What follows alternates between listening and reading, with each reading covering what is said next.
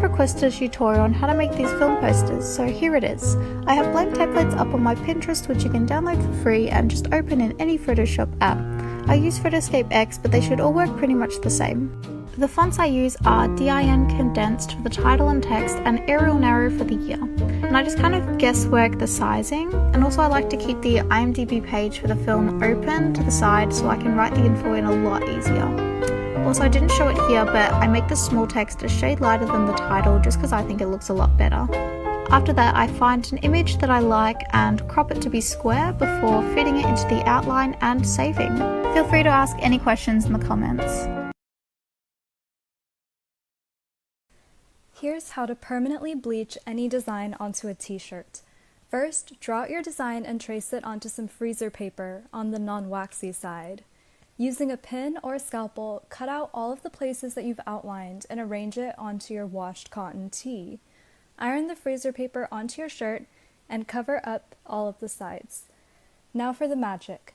Mix 1 part water and 1 part bleach into a spray bottle and spritz the solution onto your shirt while sponging it. Peel the freezer paper off when the color is where you like it, soak it in cold water to stop the reaction, and throw it into the dryer.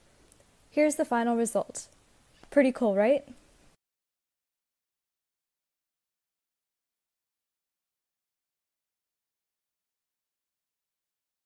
Hi, okay, here's a tutorial. So go to Pinterest, find a really cute background, download the image, then add that image into Pixar, and then on top of that image you can add another image and then add a border with whatever color. Then you can size it up and then add your text, and it can be whatever you want in whatever color.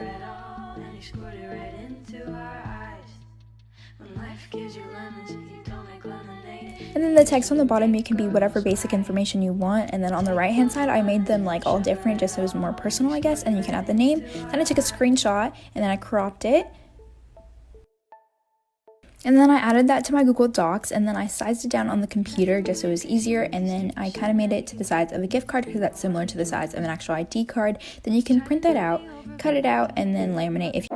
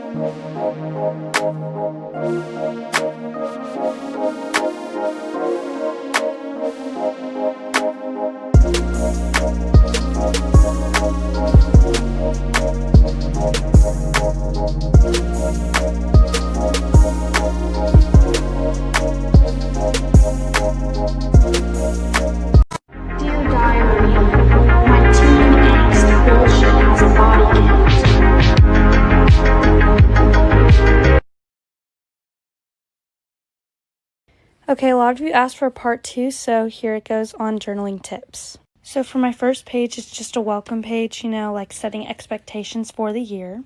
This is a summer mood board. I normally have really bad summers, but my last summer was really fun. I update a current life every single year to just see how my interests, my hobbies change. I also use a 3-subject spiral. It's wide ruled. I got it from Amazon. I get the same one every year. It's from 5 Star. So with my spiral, my last 2 sections are my writing sections, and then my first section is my collaging section, more my summer section, but I do all my collages in here. So a tip for collaging is actually laminating your page after you finish. It's just going to preserve the page and make sure none of these corners ever fold over. It's just going to make it last longer and look nicer. Like for part 3. My last DIY sugarcane video was pretty popular, so I decided to make some Spotify music code keychains. All you need is number 6 plastic, some permanent markers, I used some Sharpies, and some scissors. You make sure you use number 6. This was just the lid to my takeout container that I had a couple nights ago that I rinsed out. Stencil on your Spotify code, but you can really just draw whatever you want. They're all DIY shrink kittings. I just thought this was pretty cool. Then I took a hole puncher, make sure you leave some room to hole punch it, and then hole punched it so that when it shrinks, I could use it as a keychain. I put it in the oven at 350 degrees Fahrenheit for about a minute or two on some foil, but you can use a baking sheet. After a second or so, it should curl up, and then over time, it'll flatten out. About a minute later, you can take it out of the oven. It should cool down in a few seconds, and you can put it right on your backpack. I used it, and it worked pretty well, and so I actually decided to make a bunch more. It's really cool because it's recycled plastic that you don't need to throw out.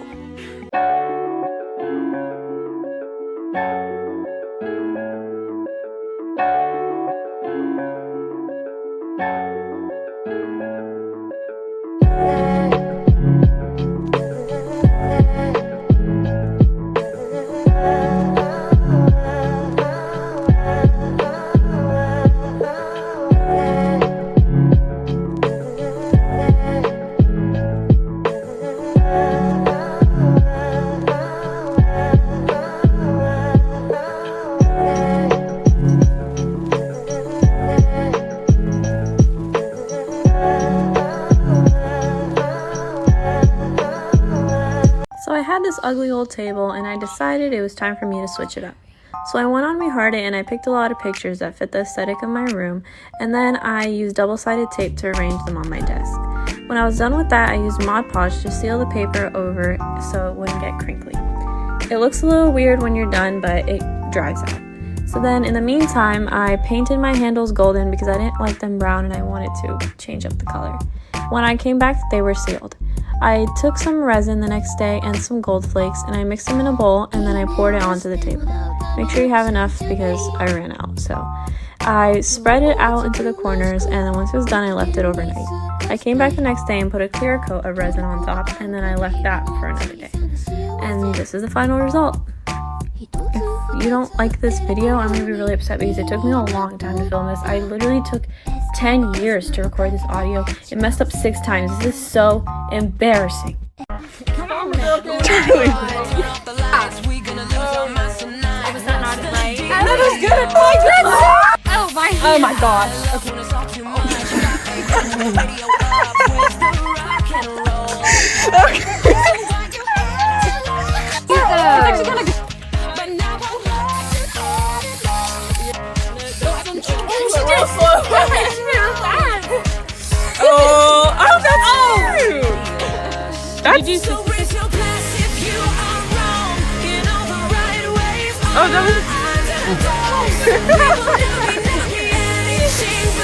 Oh, that looks good.